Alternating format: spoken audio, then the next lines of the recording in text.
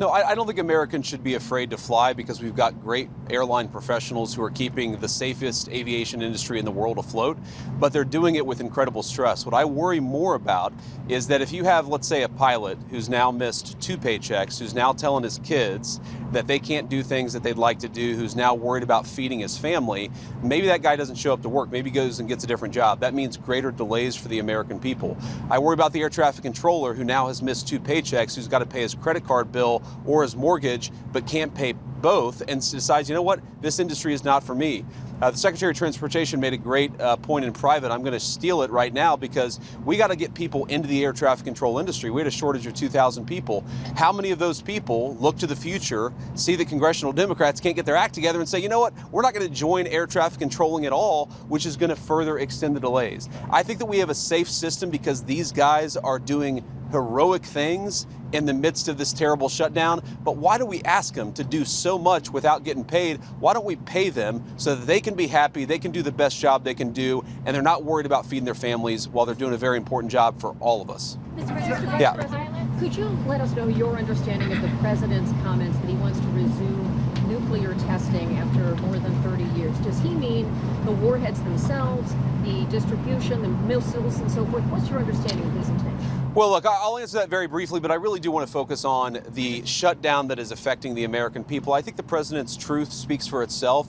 We have a big arsenal, obviously. The Russians have a large nuclear arsenal. The Chinese have a large nuclear arsenal. Sometimes you've got to test it to make sure that it's functioning and working properly. We've been working very closely, even with nations that we don't have the best relations with, to try to limit nuclear proliferation. The president's going to keep on working on that, but it's an important part of American national security to make sure that this nuclear arsenal we have actually functions properly, and that's part of a testing regime. To be clear, we know that it does work properly, but you got to keep on top of it over time, and the president just wants to make sure that we do that. Yeah. I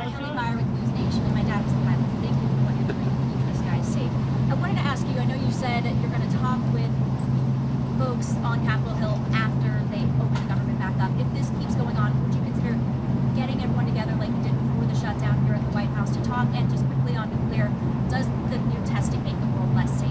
So I'm not going to answer. I've answered all the questions about nuclear testing that I'm going to answer. I want to talk about the government shutdown here, and I'd like to focus the questions there.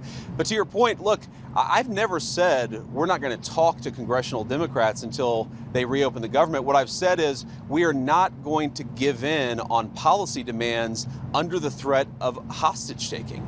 I mean, if any moderate Democrat or any Democrat period from the United States Senate wants to come over, they're welcome to walk into these doors in an hour. I'm happy to talk to them about how to end the government shutdown, but it's actually very simple because there's a clean CR, as you heard from everybody, that would reopen the government. What we're also saying is that we're not going to allow anybody, Democrat or Republican, to effectively threaten any policy demand and to place that upon reopening the government. You don't reward hostage taking. If Democrats want to talk about healthcare policy, let's talk about healthcare policy. If they want to talk about tax policy, let's talk about tax policy. They don't get to come in here and say, you give us everything we want, or we're going to shut down the government and not pay our pilots and not pay our air traffic controllers. It's ridiculous, disgraceful, irresponsible behavior. There have got to be 5 more moderate Democrats in this entire city who are willing to work with us to reopen the government. Mr. Vice President, on the issue of the shutdown, there is the concern about 42 million people losing their SNAP benefits. Of course. Over this weekend. The administration's moved a lot of money around to pay troops,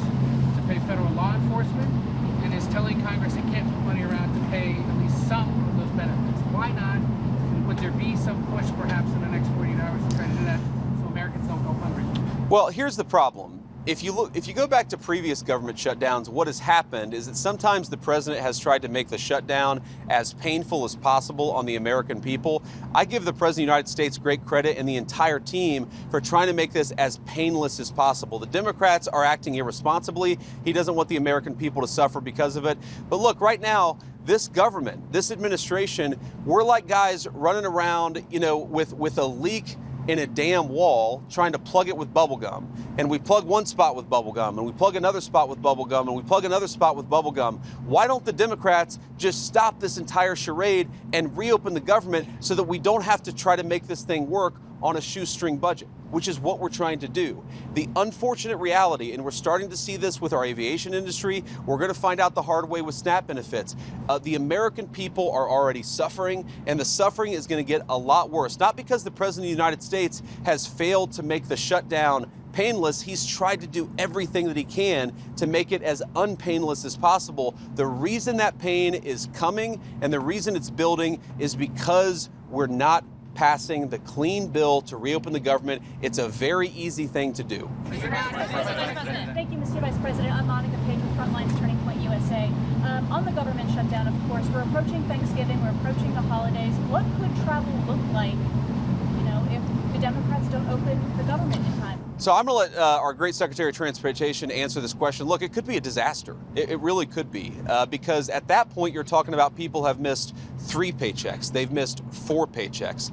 How many of them are not going to show up for work? You take the TSA lines that are already too long, even right now, and say half of those people don't show up for work, not because they're not hard workers or good people, but because they've got to find a different job to feed their families. What happens when the security lines are not an hour long, but they're 4 hours long? What happens when pilots start not showing up for work because they're so focused on paying the bills they can't fly the plane safely? That's going to lead to massive delays. We want people to be able to get home for Thanksgiving. We want people to be able to travel for business, to make this entire engine of commerce work. We want the aviation industry to work.